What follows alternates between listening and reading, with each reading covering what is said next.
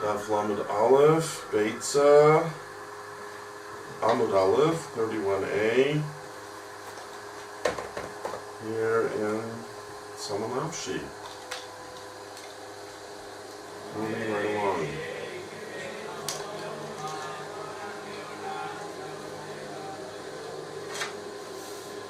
Should we start the new section? Yeah. Good idea. About halfway down, there's two dots and a quote from the Mishnah, Ezehu Karpef. Right. So, what is a carpet? What is an enclosure? So we saw in the Mishnah, a Maklokes, Rabbi Yehuda and Rabbi Yossi. Principally, the question was not so much what a karpef actually is. The Gemora never really discusses that directly. I'm supposed to know it's an enclosure. Where it is. The Maklokes they discuss is whether it's adjacent to the city or not. Rabbi Yehuda says yes, Rabbi Yossi says it doesn't have to be. For the halacha to be true, that you can go and take wood that's scattered about. We learned already that Shmuel, based on his version of Beis Shammai and Beis Hillel, did not agree with this, but that's what our Mishnah says, that if it's in an enclosure, then even if it's scattered about, even if the wood is scattered about, then you can come on Yom Tov and take it.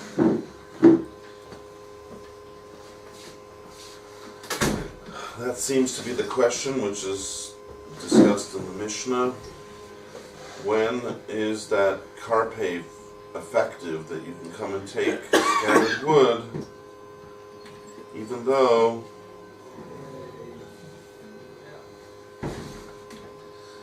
it may or may not be next to the city? And if it's not, Rabbi Yossi says you can still take scattered wood from it, and Rabbi Yehuda says no. Okay, let's try the Gemora then. Okay, that is a carpet. So where's a carpet? It's a quote. Be'alaru, so they inquired of him. They had a question. Very question. Achikama kol she'samach le. So it says that it's close to the city.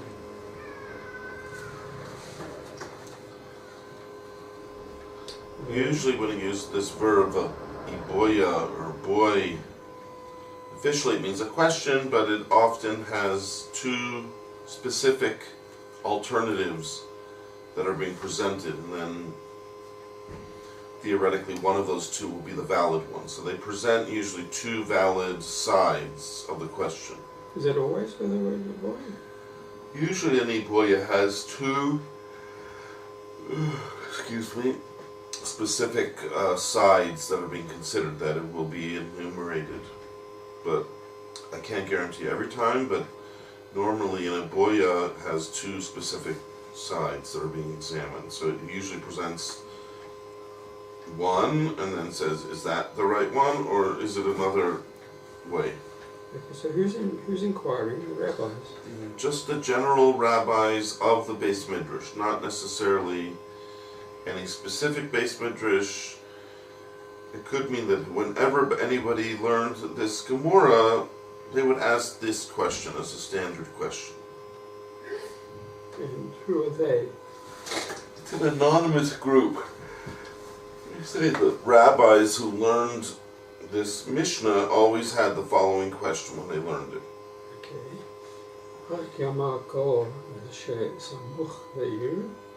And so, Kama, that is said. Heichi? Eichi, so? No. Like.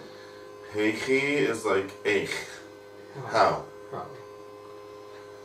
So literally, Heichi ka'amar, how did he mean to say? In other words, the Mishnah said something. Basically, what did they mean when they said that? Right. So one option would be The kol it's called Samoch layer. That all these places, these makefim, I guess, karfefim, are close to the city.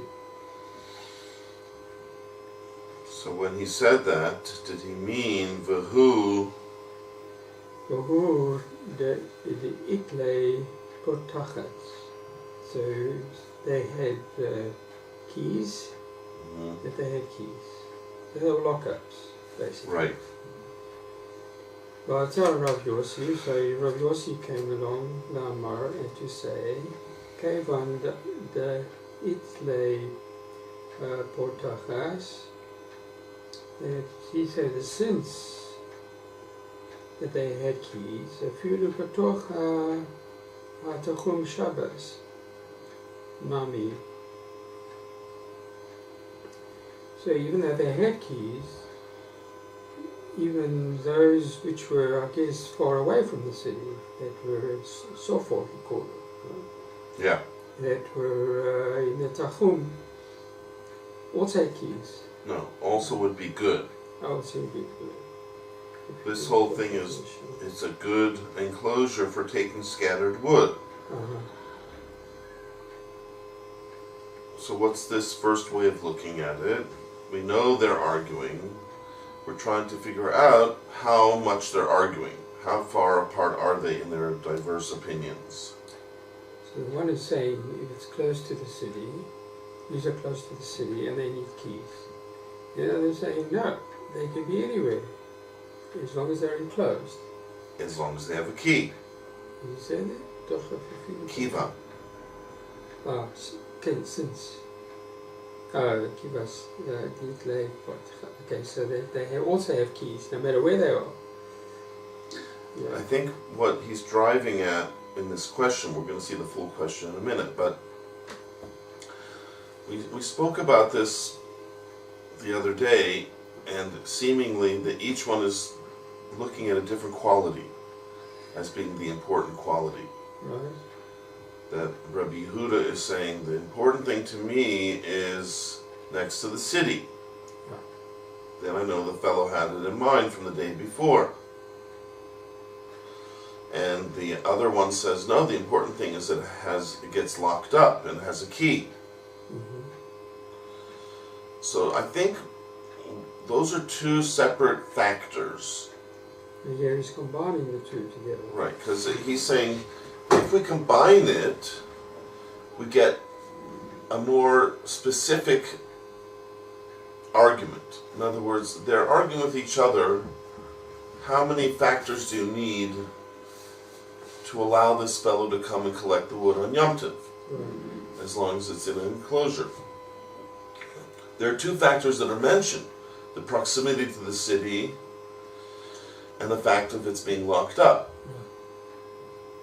Now, are they mutually exclusive, meaning these two rabbis hold that their particular factor that they're mentioning is the all-important factor and the other guy's factor is nothing?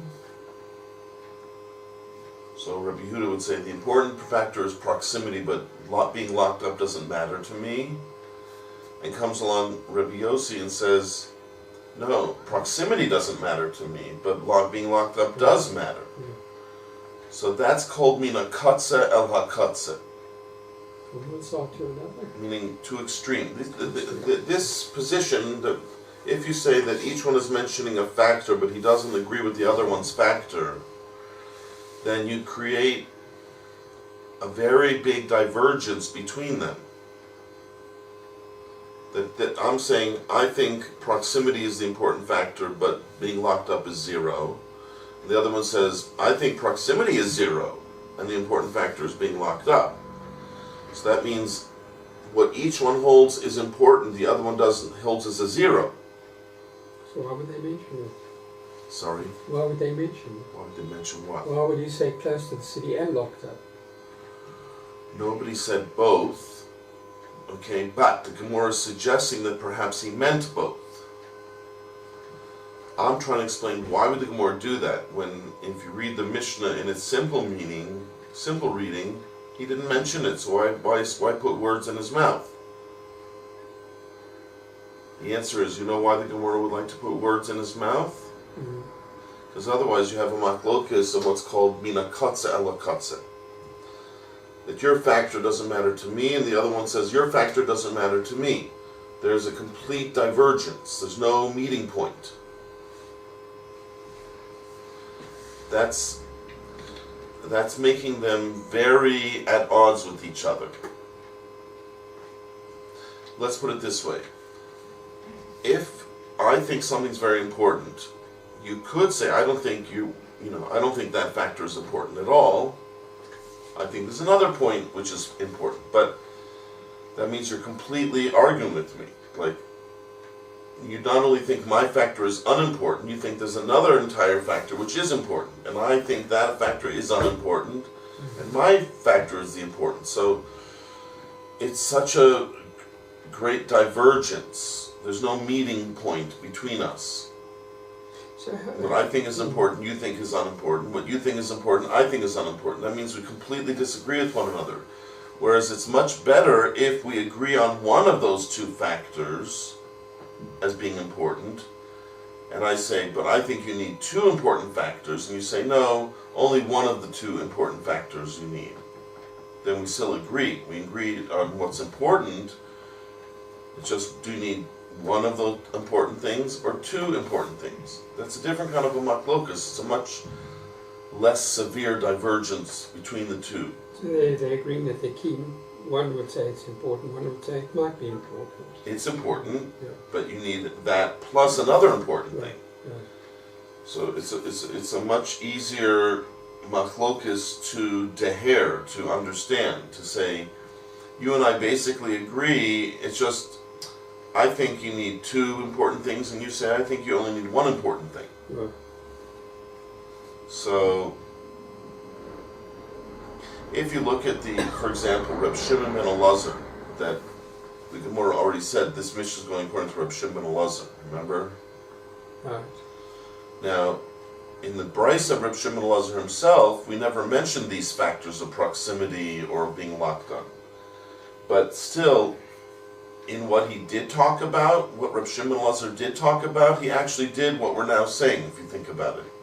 He started out by explaining that there are two factors involved between the machlokas Beis Shammai and Beis Hillel.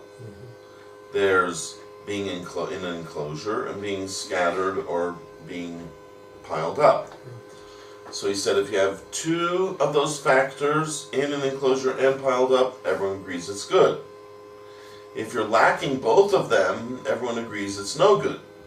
If it's in an open field and it's scattered, everyone agrees it's no good. When do they argue? When you have only one of the two factors. That's what you have. It's in an enclosure, but it's scattered, or it's in an open field, but it's piled up. So see, he went ahead and made their machlokas very close. Everyone agreed when you have two factors, it's good. When you're lacking both of those two factors, no good. The only machlokas is when you have only one of the two factors. So he made it very close to each other. They both agree that there's importance in these factors. They both agree when you have neither of these two factors, it's no good. When you have both of these two factors, it is good. So they have a common meeting ground, that they both agree that these two factors are important factors. Enclosure and piled up are very important factors. Their only disagreement is, but what if you don't have both of them? You only have one of the two.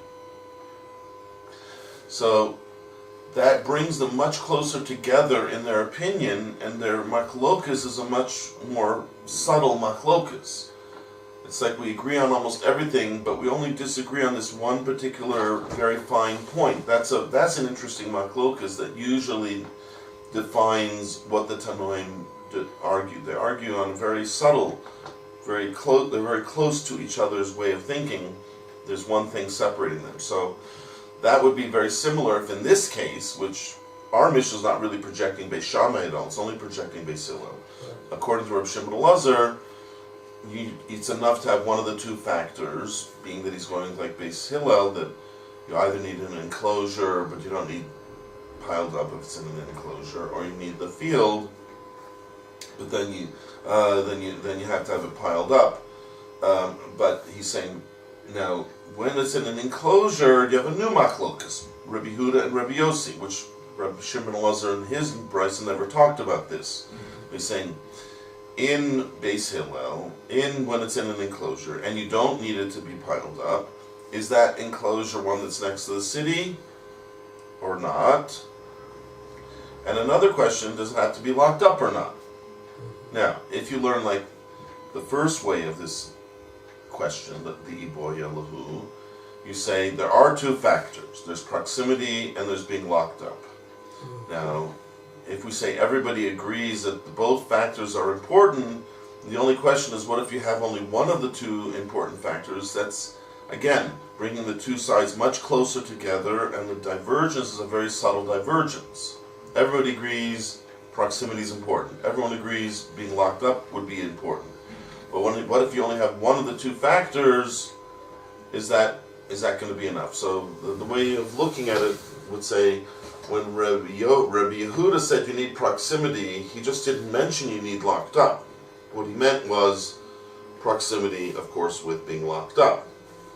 As Rashi said actually in the Mishnah, if you look back at the Mishnah, Rashi called it a makam mishumar, a guarded place. And we said, we're not sure what Rashi means by that. Do you mean there's an actual guard there? Or just that being in an enclosure makes it more of a guarded place than it being in an open field? That seemed to be what Rashi's saying. But if you say it needs to be locked up, then you say, of course it needs to be locked up. That goes without saying. That's what makes it like guarded in a guarded area. But the question is, do you also need proximity in addition to that?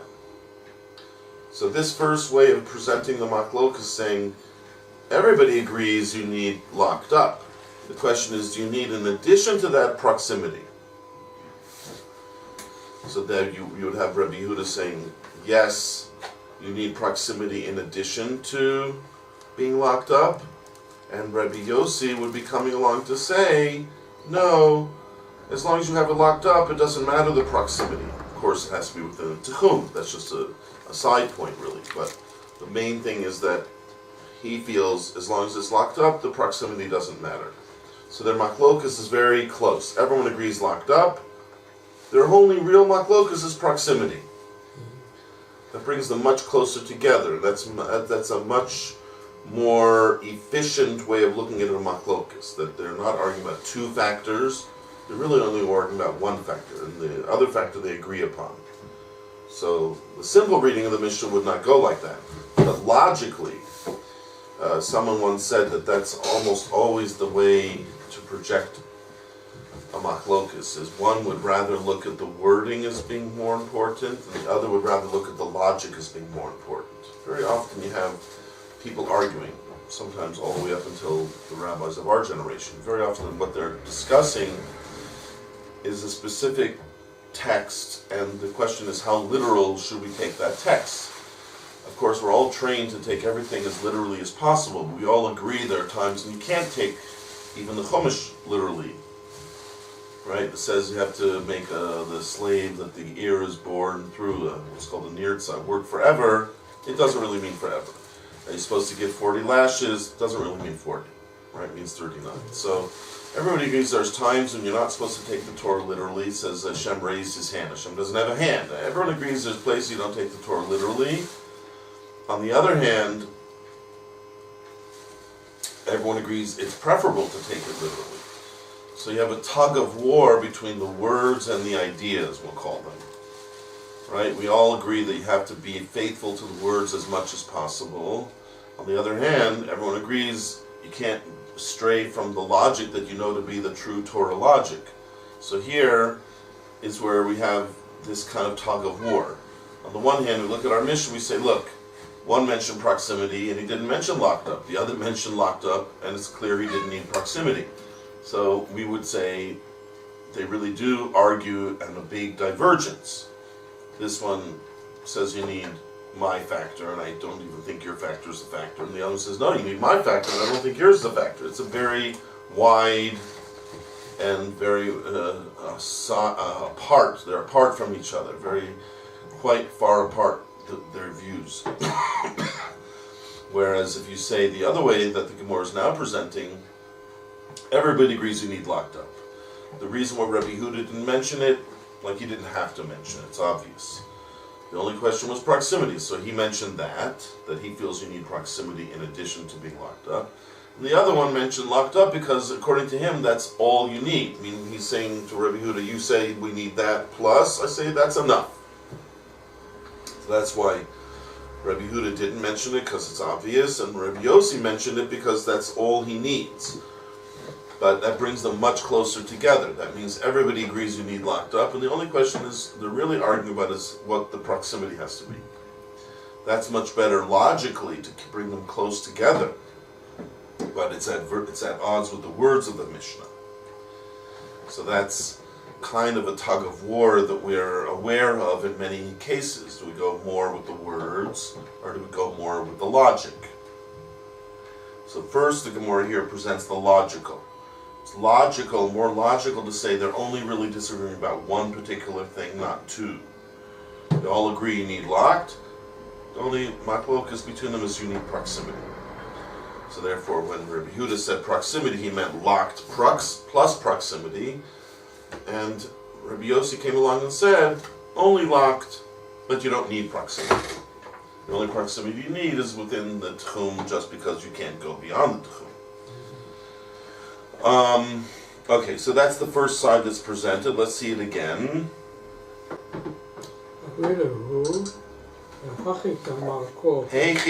How did he really mean to say? And now we're going to present the two possibilities. Did he mean when Rabbi Yehuda said it has to be samuch, he meant any case that's samuch, but obviously vahu potachat. Right, but obviously it needs to have a lock. And then, if we read it that way, then we say, Asa Rabbi Yossi. Rabbi Yossi came along as a second opinion. He said,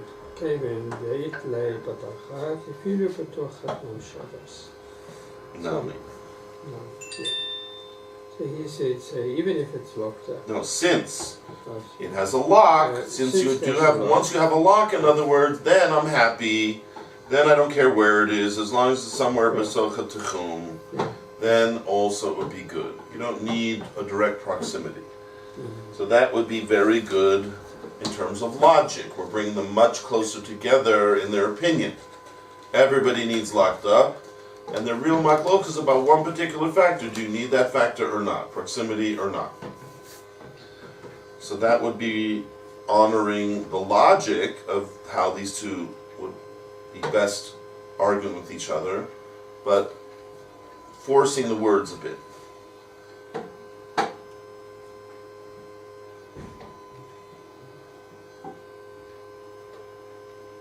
Okay, very good. That's one possibility. So, okay, so there's another possibility. Dilma. Or perhaps, this is what he meant to say. When Rabbi Yehuda came along and said this. שסמוך בין לאיסלי פתחת, בין דליתלי פתחת. So close to the city where they did have a lock or where they didn't have a lock. Right. So I know he would be saying, I allow you to gather the wood as long as it's close to the city, whether or not it has a lock. Right. And then right, so Rabbi Yossi, he came along to say, Lamar, Afile Batocha Chum Shabbat Bedafka Itle Patachas. So as long as it's between or inside the Chum. So in other words, that part of his sentence is saying, I don't need proximity. No, but Dafka. But I do Dafka need a lockup. Right, so, and therefore, he's arguing on 2 points. Rabbi Yossi came to argue with 2 things that Rabbi Yehuda said. Rabbi Yehuda said, I need proximity, but I don't care whether it's locked. And he's coming saying, I don't need proximity, but I do need locked. So he's arguing with 2 points that Rabbi Yehuda said. Right. Rabbi Yehuda said, I need it to be right next to the city. Rabbi Yossi's arguing with that. And Rabbi Yehuda said, I don't care whether it's locked or not. And Rabbi Yossi saying, I argue with that as well. I need it locked. So it's 2 points they're arguing on. That's closer to the wording of the Mishnah, that this one mentions proximity and this one mentions the lock, so it seems like they really don't agree with each other on 2 points. But as we said before, that might be more faithful to the words of the Mishnah, but less ideal logically. So he would be saying that I always need a lock, aval, but if it didn't have a lock, but if it does not have a lock, namilo. If it doesn't have a lock, even though it's close to the city, then even if it's close to the city, I say no. It's no good. Right? So he's basically arguing with 2 points of Rabbi Yehuda. So that's how they present the 2 possibilities of learning the Machlokas Rabbi Yossi and Rabbi Yehuda. Do we take them literally and they're arguing about 2 separate points, which is very undesirable way of approaching a Machlokas Tanoim? Or do we assume certain things within the words of the Mishnah in order to get them to be agreeing more on the point of being locked? And they're only arguing about the proximity, arguing about 1 point, which is better in the ideal sense of what Tanoim normally argue about, only 1 point, not 2 points. And therefore, that would be better in the logical sense of things. But Rabbi Yossi is not arguing about the position, right? As long as it's in the Tachon. Everybody agrees on that. Right. Okay, but when he's arguing to a person who spoke right before him. Yes. So is he saying to Rabbi Yehuda, you and I both agree it has to be locked up. Mm-hmm. But I'm coming to tell you, once it is locked up, I don't care where it is, as long as it's in the Tichun. Yeah. But that makes them more agreeable than the other way, this other way of looking at it, which is that they are arguing on 2 points. So, if we say they're arguing about 1 point, the words are difficult, but we can manage it, but it's still difficult. It's b'diavad, let's say, the words, the interpretation of the words becomes a b'diavad interpretation, but the logic is a lechatchila logic. Logic is an ideal way of looking at a machlokas. Or do we sacrifice the logic of how we normally expect Tanoim to argue only over 1 point, not over 2, and we give in to the wording which is better if you learn that they're arguing about 2 points. So that's what we now need to know. Right. Well, I'm not sure what to pick that up. Well, first of all, I mean, I can see it. it's a little bit similar to what I said to you yesterday when we were learning about the first machlokus, later than you thought, and in a way that doesn't make any sense. So, who knows? He didn't show up today, and I can't get him on the phone. I have my gut reaction is probably went back, but I don't know. Okay, so here we are discussing again these 2 possible ways of reading the Mishnah. That's basically what the Gemora is weighing out. 2 possible ways of reading the Mishnah, where we anyways have a machlokas Rabbi Yehuda and Rabbi Yossi, and each one mentions a different factor which would lend itself to the simple reading, which would be each one agrees to his factor being important and the other guy's factor is unimportant, which means they're really arguing about 2 separate things, and that is undesirable. So the Gemora, knowing that apparently, says we could bend the words a bit and end up with a machlokas only in 1 factor, so that our desire to read things literally won't be satisfied, but that's okay. We sometimes have to swallow that desire anyway, as we know. And but the other need, which is to have 2 Tanoim arguing about 1 factor, not 2, would be much more well satisfied. So which do we go? With the words, be more strict with the words and less strict with the idea, or with the idea and be less strict with the word?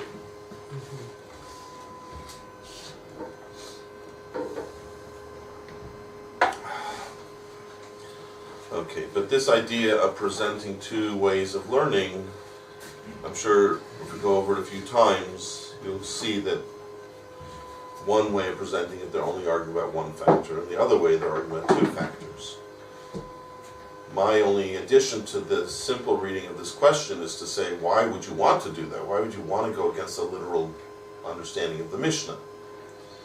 And that's when I added my explanation that, well, we have this tug of war, a continuous tug of war in learning between the words and the ideas.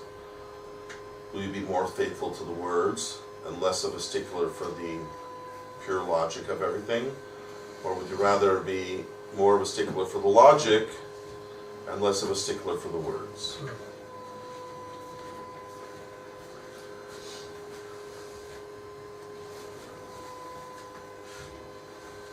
And they were both Rabbi Yehuda and Rebbe Yehuda. Which one? And the first one, Mishnah. Yeah, And Rebbe. And Rebbe Yossi. Rebbe Yossi. Is also Tana. Yes, these are two tonight. It's in the Mishnah. They're tonight. Right. Automatically, if you're in a Mishnah, you're a Tana. Right. As well as a Beitsa would also be tonight. Okay, so should we carry on? Yeah. Tashma. So now that we presented the two possibilities, now it's kind of like a court case. Now we try to present evidence. The evidence would have to be other Beitsas or other people who attest one way or the other. So we're still going on the same theme. The question is the same question. It's like we started a court case. Each side would like to win his argument. The first side would like to win. Second side would like to win. Now bring evidence. That's how it works. Okay. Tashma, come and learn. Need Katani that from that which we learned in our Mishnah. From the fact that. From the fact that we learned in our Mishnah. That's how lawyers present their evidence, right? From the very fact that we have ba ba ba, doesn't that prove ba ba ba? Yossi Omar, Ko Shanik Nasim, everything that is bound up, that is piled up. Lo Potachat.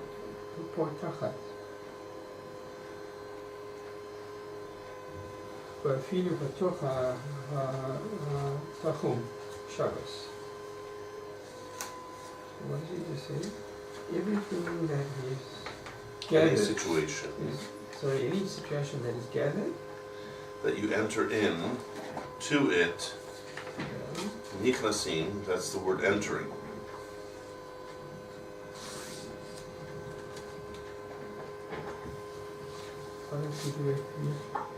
The nun makes it the other. Ah, sorry. Nichnasim. Right. Not gathered, but into. Right. If you look closely, you see in the Mishnah it used the word michunasim. No, that's what I'm thinking. Yeah. That's from the word kenes. A kenes is a gathering. Right. But this is nichnas. It's a passive form of the verb. Right. So it becomes a whole different verb of entering into. You'll have a great day. Thank you. You are. Thank you. So entered into, right? That people enter in, it's plural, so any place that people enter into it. Into it, right? שנכנסים לו ופותחת with a key, אפילו בתוך החומש Shabbos. And even though it's in a tachum. No, not even though. Afilu means even, but not even though. Right, even in a tachum. What's that? Meaning, even if it's anywhere, the farthest reaches even of the tchum. Not like you said it has to be next to the city, even if it's just within the Tichum, meaning, but it's far from the city. What's that Rosh saying? Shema Mina? Shema Mina, from this we hear, from this we can prove. Rabbi Yossi Tarti Likula Ka'amar. It's in both. Tarti means two. Two, yeah. Likula, a kula is a leniency. So two things towards being lenient. He's in two ways lenient. Two leniencies. Okay.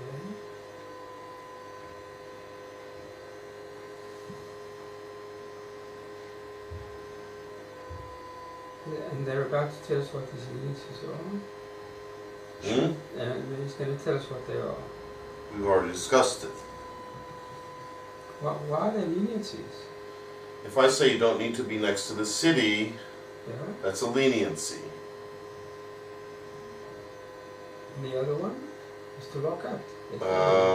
Just one second.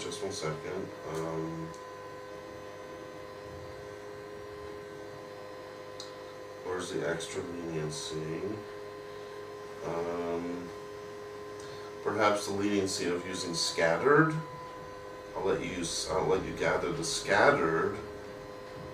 That's one leniency, which everybody agrees to that leniency. Meaning we're all talking within Beis Hillel who allows that leniency. That is a leniency that Beis Shammai would never allow. So maybe that's what it is. I mean, I would have to see. Probably Rosh will enumerate what that leniency is. But that's one leniency, perhaps. The other one is that even if it's far away from the city.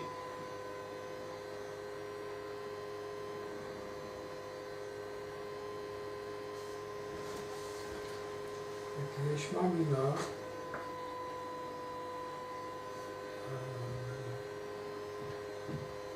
Amar Ravs.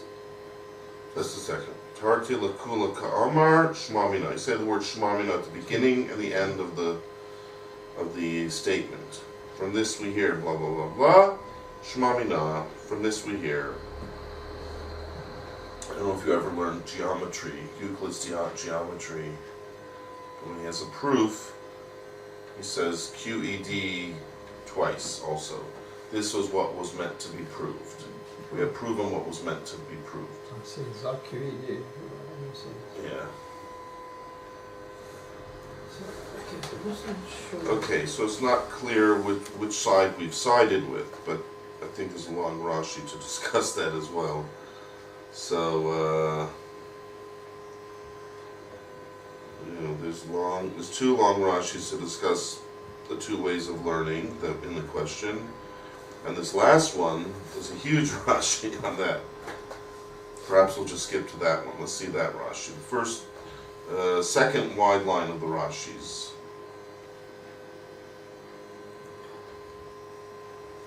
See it? Yeah, Tarti Likula Ka'amar. Kilo Omar, Which means, like you said. that is to say. In English we would say, that is to say. Which usually you only need to say that when it's not going to be like the literal. When you take something figuratively rather than literally, you say, that is to say. So that's almost like Rashi saying, here I can't take the Gemora literally. I have to explain it in a figurative way. When Rashi uses that word kolomar, it's like, in a way, giving up. Rashi almost always likes to keep things literal, as we said before. Everybody likes to keep things literal, but Rashi even more so, truthfully, than a lot of others. And Rashi, when he doesn't feel he can explain it in the literal, as close to the literal meaning of the words of the Gemora, he has to say kolomar, as if to throw in the towel and say, here there isn't the literal meaning. Here we have to go with the figurative meaning. So there's something about the literal words to look, maybe like we were saying, what are the two for kula? He's saying you need it to be locked up. He's not being nakel about that. Literally, this would mean there's two leniencies. One would be, I don't need it to be close to the city. The other, I don't need to be locked up. That would be the best way to interpret these words. The literal meaning of two for kula would mean there's two factors we're discussing. I'm makel on both of them. I don't need it close, I don't need it locked. Yeah. Rashi says no. We can't say that. We know he needs it locked. So when the Gemora is saying two leniencies, what does it mean? Oh, kolomar, that is to say, now Rashi has to bend over a bit backwards and figure out how to, a few verbal acrobatics to get it to fit into the words. Because we know that it's really not two leniencies. You and I already said that one possibility is that it's accounting just the very fact that you can take scattered wood as a leniency. But everybody agreed on that, because in this mission we're going like Beis Hillel. So that would be strange to be mentioning it at this point, but if you have to say it, you have to say it. But let's see how Rashi goes. But he's definitely saying a kolomar, which means he's agreeing with one thing we already said, that the literal meaning here is out. You can't say it's really the two leniencies we've been talking about. Rabbi Yossi, then from Rabbi The Yossi, fact that Rabbi Yossi Nishma. we can hear to Rabbi Yehuda. We're going to use what Rabbi Yossi said to work our way back to Rabbi Yehuda. From what Rabbi Yossi said, that will be the key, excuse the pun, to understanding Rabbi Yehuda. Just to be able to say That not both of them, boy needs. does he need. Okay, so now according to Rashi, that is the answer. We just got to the answer. Rashi in one fell swoop gave us the answer. We're using Rabbi Yossi to get back to Rabbi Yehuda, and what we get out of that is we get back to Rabbi Yehuda holding what? That he doesn't need both of them. Does not need both. Both of them, needing the key nor the position. He needs the position, but he doesn't need the key. So which is the other thing he doesn't need? No, he doesn't need both. He needs one. He doesn't need both. Oh, okay. That was the two ways of looking at it. The Iboyalahu had provided two ways. One way is that of course he needs it locked, and he's just mentioning proximity. So he needs both.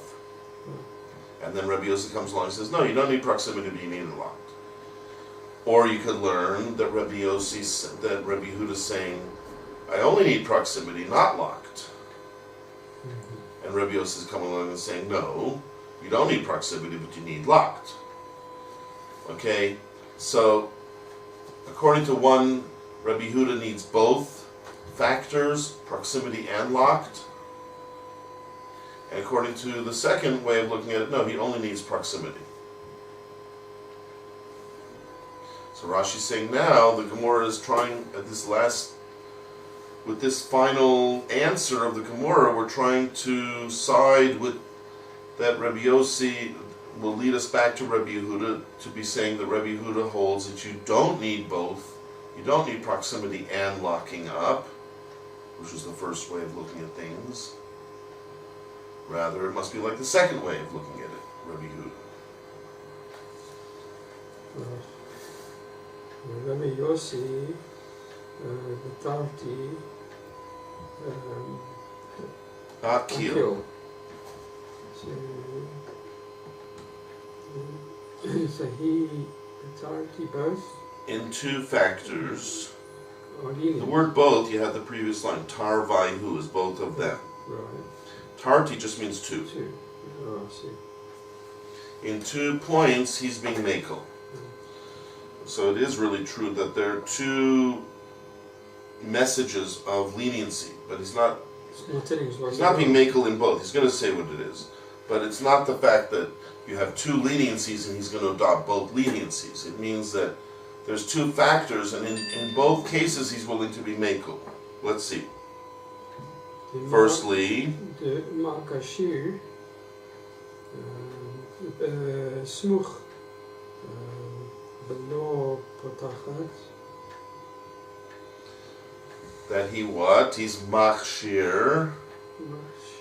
He says it's kosher, right? Meaning it's a good enclosure that you don't have to have it piled up. You can take from scattered wood. Remember, in this sugya, good enclosure means that it makes it possible to take scattered wood on Yom Tov and not Doesn't have to have been piled up beforehand. That's the point that they're not arguing. That's Shammai and Hillel, right? What? That's the point that they're not arguing about. No one's arguing about If that. what? That if it's locked up. They didn't talk about locked up. They talked about enclosure. Or enclosure. Oh. Reb Shim, I mean enclosure. Enclosure. If it's an enclosure and it's piled up, no one argues. you can say everyone agrees it's good. Good, right? But he didn't just say that, by the way. We're talking now in the Mishnah. In the Mishnah, once it's in an enclosure, you can gather scattered. That's like Beis Hillel. So don't talk about Beis Shammai anymore. Because we're in the Mishnah, which is only going like Beis Hillel now. Right. So once it's in an enclosure, you can take the scattered. Okay? Mm. But the first point of Rabbi Yossi, which is going to lead us back to Rabbi Yehuda, is that Rabbi Yossi is saying, or somehow we know this, that Rabbi Yossi would say that it's okay to take scattered wood from an enclosure, meaning what Beis Hillel said to do, even if it just has one of the two factors, meaning it's samuch to the ear, even but it's not under lock and key.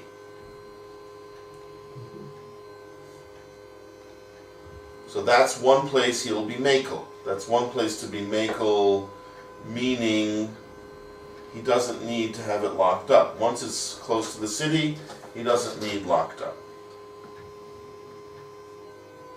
Which is the way we normally learned Rabbi Yehuda, remember. As long as it's next to the city, I don't need locked up. So he's saying yes. Rabbi Yossi agrees to that. Okay. And another thing Rabbi Yossi holds, Below Batachat. no, that was the first part. Okay. Makshir b'samuch below posachas. He's makshir if as long as it's samuch, even without it being locked up. Right. But the second case that he's willing to be makel and let you take scattered wood from an enclosure is what? The Batachat. Below Semuch. If it has a potachas, if it's an enclosure that has a lock and key, And not close. then even what? Below Semuch. Below samuch means not what did you say? Close. to the Close. city. Close. Close, yeah. Yeah. Okay. Adjacent. Let's just call it adjacent. Because I thought you were saying closed. Like, No, close. okay, let's say adjacent just because that sounds radically different than the word close and closed. Or whatever. Okay, so he's saying if it's next to the city, I don't need to be locked up. But if it's not next to the city, then I need it to be locked up. But I'm willing to be makel in both cases. If it's next to the city, it can be makel and I don't need it to be locked up. If it's locked up, then I don't need it to be close to the city. So there's two situations in which I'm willing to be makel, meaning basically, again, like we said yesterday with Beis Shammai and Beis Hillel, there's two factors, and he's saying as long as I have one of the two factors, I'm okay. If you have samuch, I'm okay with you taking scatter from this enclosure, as long, even if it's not locked up. If it's a case of an enclosure that gets locked up, then I don't need it to be close to the city. I don't need to be adjacent. So he's being makel in two separate situations, which is another way of saying, as long as you have one of the two factors, which is an important factor, either you have adjacent or you have it's locked up, either one of those two will be sufficient.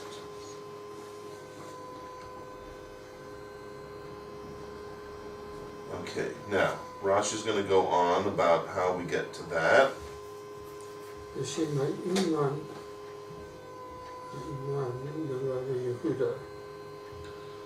Because we hear Rabbi Yehuda saying what?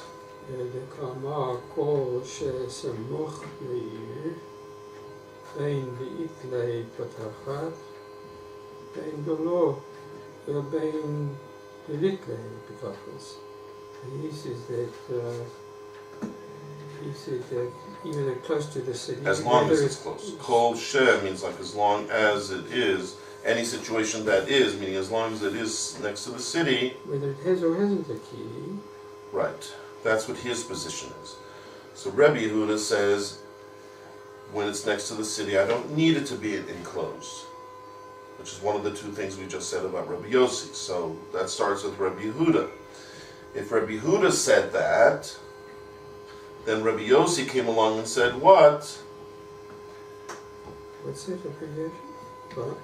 We're now trying out one of the two options.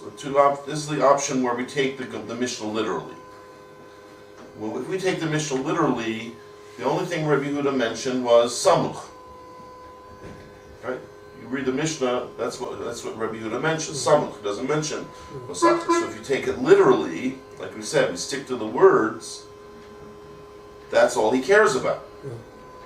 So if you read it that way, then it works out very nicely. He says, all I need is samuch. I don't care whether it's locked. And then, in response to that, Amar le Rabbi Yossi, then it makes sense that Rabbi Yossi replied to that.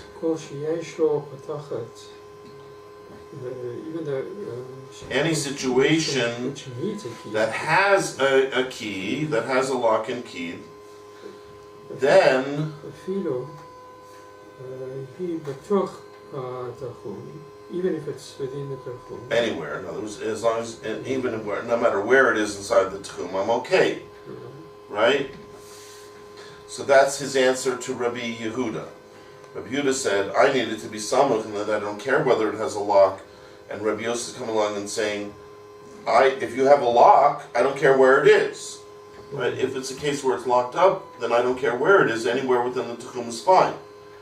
But his other position would be Ve'i samuch lo boi tachatz. And if it's close, it doesn't need a key. You don't need a key. So meaning he agrees with Rabbi Yehuda that I don't care whether it's locked if it's samuch.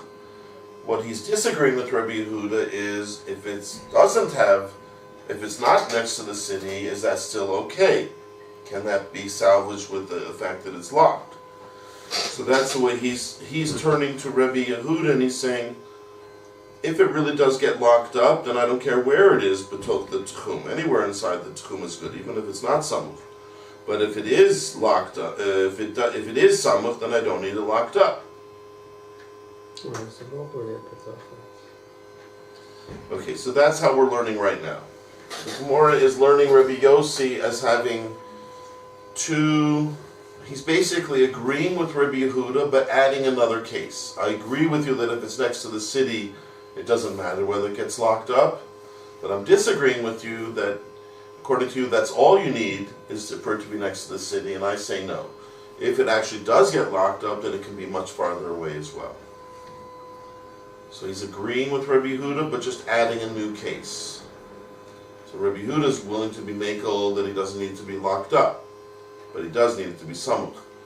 Rabbi Yossi agrees with that, but he's adding one more case. That if it does get locked up, then I allow it to be farther away as well. That's how we're presenting the machlokas now, which is really the second side of, I think this is closer to the second way the Gemora presented it in the question. Which is more in line with the literal meaning of the words of the Mishnah. The Rabbi Yehuda only needs samuch. That's all he needs. He doesn't care. He doesn't mention the fact of whether it's locked or not, because he actually doesn't care. Once it's samuch, it doesn't matter what it is. And Rabbi Yossi is coming along and saying, I agree with that, but I'm adding one more thing, that if it gets locked up, then it can be far away as well. Now Rosh is going to justify this approach. I think he's going to try to give more of an argument for this. So we carry on. Yeah. Rabbi Yossi potachat. De'i. You said de'i? Oh, de'i. That if. Because, and I think this is justification for what we just said. Because if Rabbi Yossi, so this is now going to try to prove, I think, negation, right? In other words, sometimes the biggest proof is because if you say the opposite, then it turns out very strange. Right? So what we just said makes sense, because if you try to take the opposite stance, you're going to end up in trouble.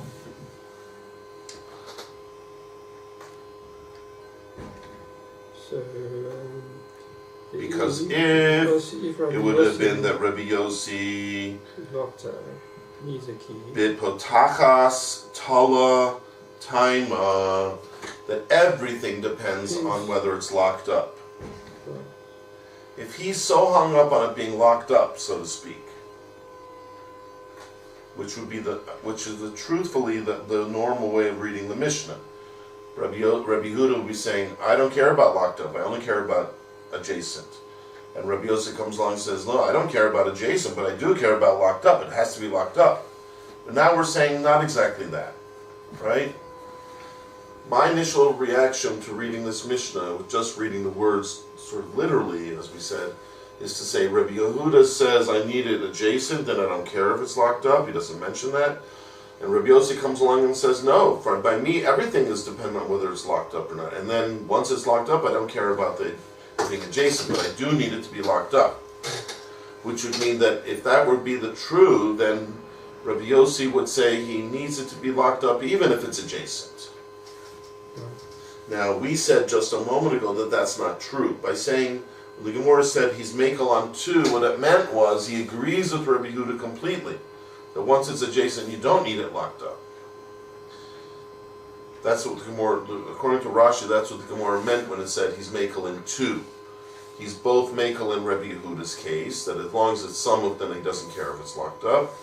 He's also makel in the other case, that if it's locked up, then he doesn't care about it being adjacent. He can dispense with adjacent, just like he can dispense with locked up under certain circumstances. So, Rashi's saying, but the alternative to that would be to say that when he mentioned it has to be locked up, he meant under all circumstances it had to be locked up. That's what Rashi's coming to say now. Because if the real reading of the Mishnah would be to say that Rabbi Yossi needs it always locked up, no matter what, no matter whether it's adjacent, he needs it locked up, if that's really true. Let's do it again.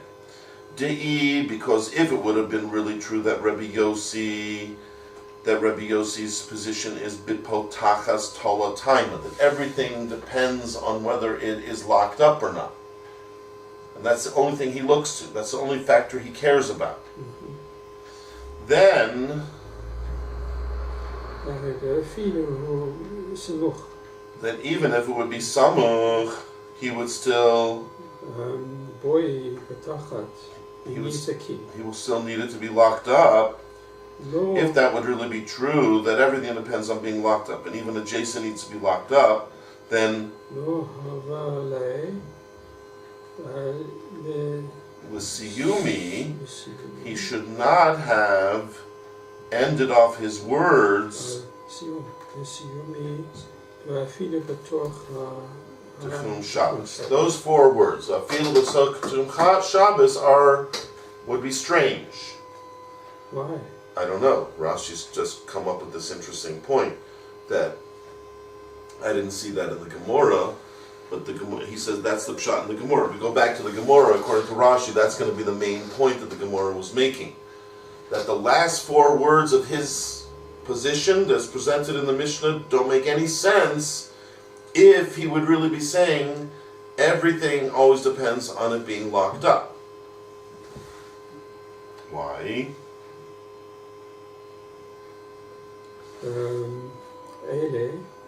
Vafilu. So that Ella hachi hu. Okay, no. Okay, so he's saying that those words wouldn't have made sense if he really said everything depends on it being locked up, and even next to the city needs to be locked up. Rather, what should he have said? Ella, rather, hachi havale lamemar. Oh, sorry. Eli hachi havale lamemar. Okay, so this is what he should have said. Havale means he should have.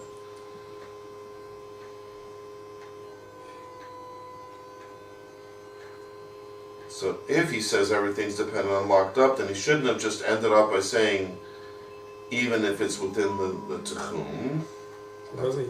which we haven't really understood fully, but maybe it'll come out. What it rather should have said, Rabbi Yossi Omer Kol Shenis Nichsim. Nasim. So everything. Every situation where you enter into it with a posachas, with a key, you Kevan the Hava. That's all. You see what he just said? That's all he should have said. Right? If all he really needs is the fact that it's locked up, then that's what he should have said.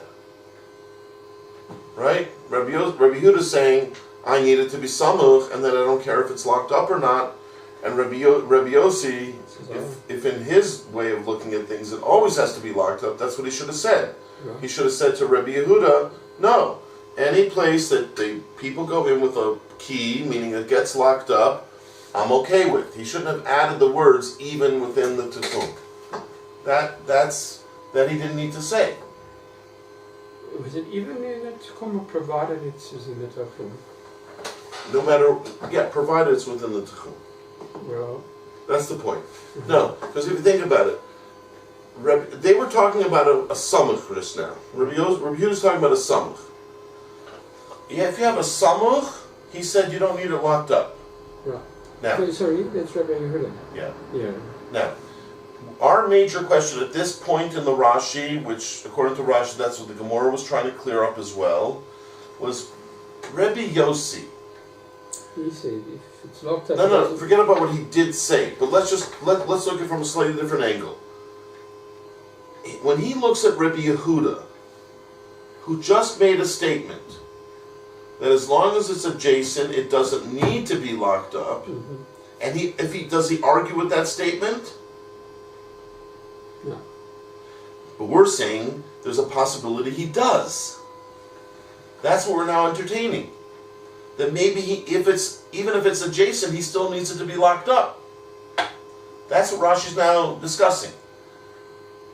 How do we know that he agrees with Rabbi Yehuda that as long as it's adjacent, it doesn't need to be locked up? Because truthfully, if you look at the words of Rabbi Yossi, it doesn't seem like that. He seems to be saying you need it to be locked up. So Rashi's saying, so we have two options, right? When he looked at Rabbi Yehuda, who just finished saying, if it's samuch, that's all I care about, it's automatically good, even if it's not locked up. Now, when he looked at that Rabbi Yehuda, did he agree with that statement or disagree with that statement? No, he said it has to be locked up. So we're saying maybe he meant, no, it has to be locked up. Now Rashi's trying to prove how the Gemora knew that that's not true. You know how the Gemora knew that's not true? Because if he really did look at it that way, that when Rabbi Yehuda said, as long as it's adjacent, I don't need it to be locked up, then he should have just answered very simply to that statement. Don't go off onto some other tangent about being far away. Just talk right to the man you're arguing with. The man you're arguing with had just made a statement that you don't agree with. So talk to that statement. Don't talk to some other case. Don't jump to a new case. Keep it to the case that was just presented to you. Right? Rabbi Yehuda said, if it's samuch, I don't need it locked up. Now, if Rabbi Yossi really argued with that statement, then that's what he should have said. No, you do need it locked up. Yeah.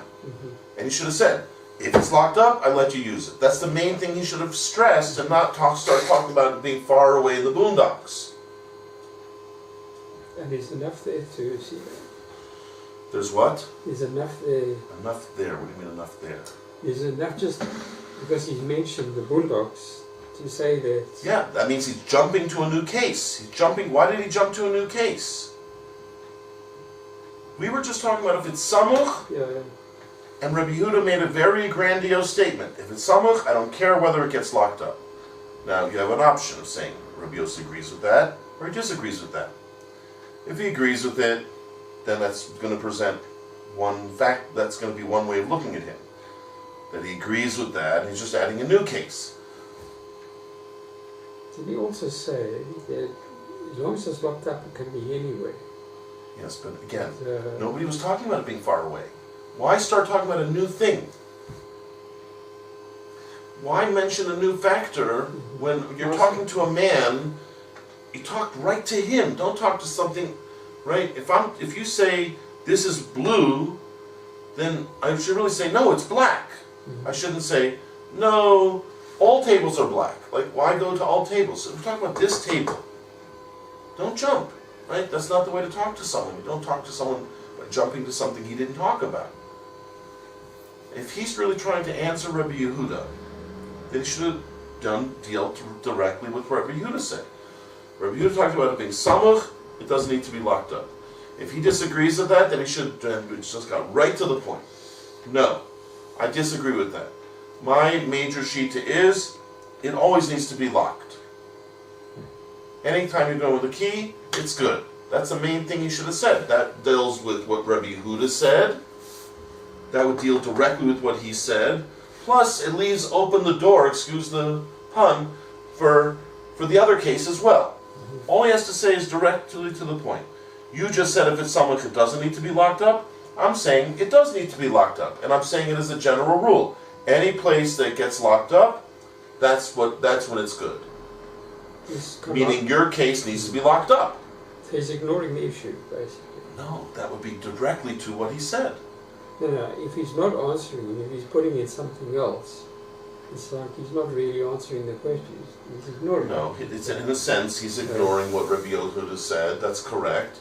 And he's jumping to a new case, which implies what Rabbi Yehuda said was fine. Except Rabbi Yehuda kept it all samuch. He's trying to say, that's good, but there's another case that's good. He's trying to jump to a new case because there is another case that's good, and that's his main point.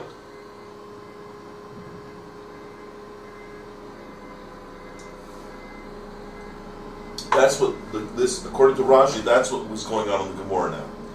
The diuk from Rabbi Yossi is he said something that alluded to a new case, which if he was really arguing with Rabbi Yehuda's case, he should have talked more directly to that case. He could have said it much more to the point, which would have knocked down Rabbi Yehuda, which is, if that was his intention, it would have been good to do. And it would have also left open all the other cases that are locked up. If he makes a general rule, all cases that are locked up are good, and if it's not locked up, it's no good. That's right away talking to Rabbi Yehuda's case. It's also saying, as long as it's locked up, it's good. It's leaving open the possibility of being far away as well. But it's dealing direct with what Rabbi Yehuda said. Whereas when you start talking about, even within the Tehum, you're bringing a new case, directly bringing a new case, which almost implies that that's what you care about. You care about that new case more than you care about what Rabbi Yehuda said. Which almost makes it sound like you don't care what Rabbi Yehuda said, you agree with him on that. It's just that he said that's the only case that's good, and while you agree it's a good case, but you want to jump to the other case to say there's two cases that are good. Samuch and unlocked is good, but far away and locked is also good, so that's why you jump to the new case. That's how this Rashi is looking so far, if you want to stop here. Yeah.